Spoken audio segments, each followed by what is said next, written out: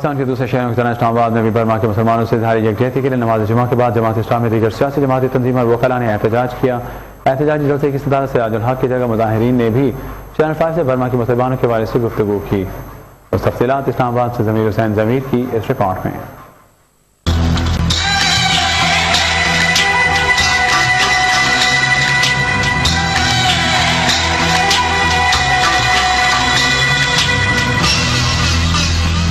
Rohingya کے 2,70,000 مسلمانوں کو در بدر کر دیا گیا۔ ہزاروں مسلمانوں کا قتل عام ہو چکا ہے، کوئی پرسان حال نہیں۔ برما کے مسلمانوں سے اظہار یکجہتی کے لیے جماعت اسلامی و دیگر سیاسی سماجی تنظیموں اور وکلاء نے اسلام آباد میں نماز جمعہ کے بعد احتجاج کیا۔ اس احتجاجی قافلے کی صدارت سراج الحق نے کی۔ انہوں نے حکومت سے مطالبہ کیا کہ برما کے سفیر کو ملک بدر کیا جائے۔ پاکستان کی حکومت کو برما کا سفارت خانہ بند کرنا چاہیے۔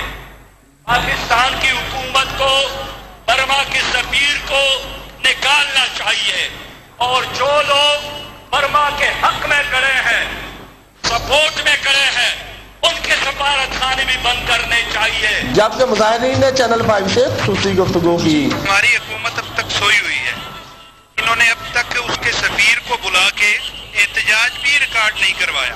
سب سے پہلے تو ہمارا یہی مطالبہ ہے کہ اگر اس سے سفارتی تعلقات آپ کے ہیں تو سفارتی طور کے اوپر اس کے سفیر کو بلایا جائے، اور اس کو سب سے پہلے تو ہمارا یہ مطالبہ ہے کہ اس کو ملک بدر کیا جائے جو کچھ وہاں ہو رہا ہے اس کے نتیجے میں، ورنہ کم از کم اس کے ساتھ احتجاج ریکارڈ کرایا جائے۔